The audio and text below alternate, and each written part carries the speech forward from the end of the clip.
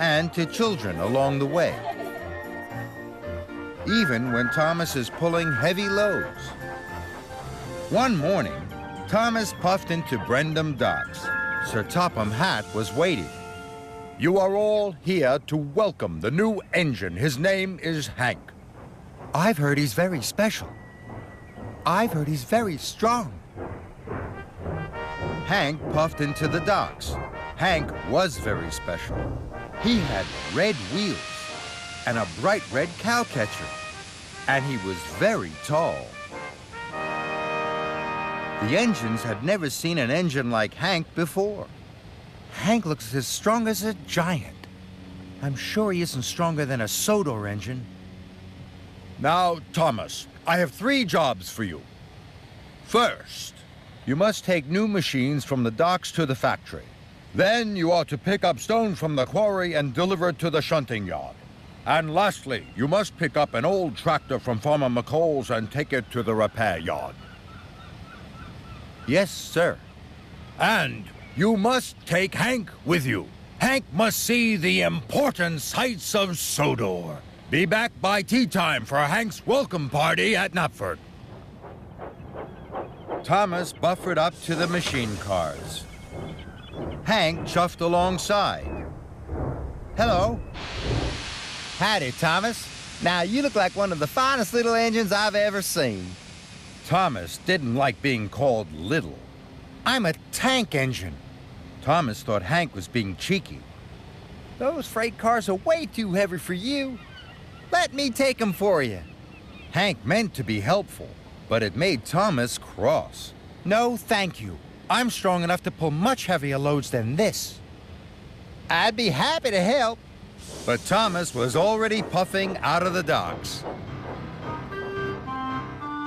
At the signal, Thomas didn't take the track to the factory. He chuffed straight to the quarry. Thomas pulled ahead.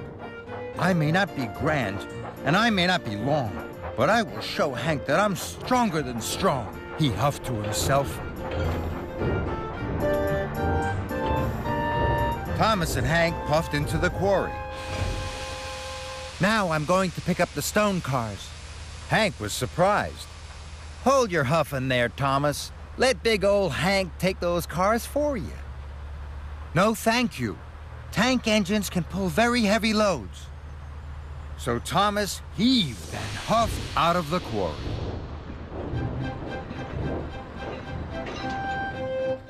Thomas wheezed and wheeshed. Handsome Hank gleamed and glowed by his side. Children waved from bridges. "Hello, Thomas." "Howdy, good to see you." "Hey, Thomas, aren't you gonna whistle hello?" Thomas hadn't the puff to whistle hello. Hank had plenty of puff. This made Thomas even crosser. Thomas pulled up to the halt. He was nearly out of puff. "Hello, Farmer McCall. This is Hank. He's the new engine on Sodor." "Howdy, Farmer McCall. That's a mighty fine tractor you have." "Say, Thomas, you look all out of puff and pull. I'll take it for you." "No, thank you." And the tractor was coupled up to the end of Thomas's freight cars. Thomas huffed and he puffed, and his wheels spun and spun. "Come on, Thomas, the train's too heavy for you.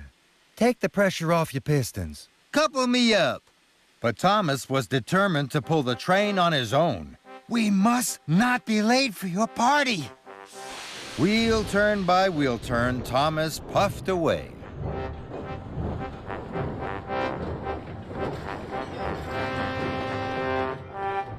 Thomas and Hank arrived at Marin Station. Visitors waved at Thomas. Thomas wanted to whistle back, but he hadn't any spare steam. "Howdy, everybody. Thomas is a little overloaded right now. I'll whistle for him." Hank had lots of steam, and Hank blew the longest and loudest whistle.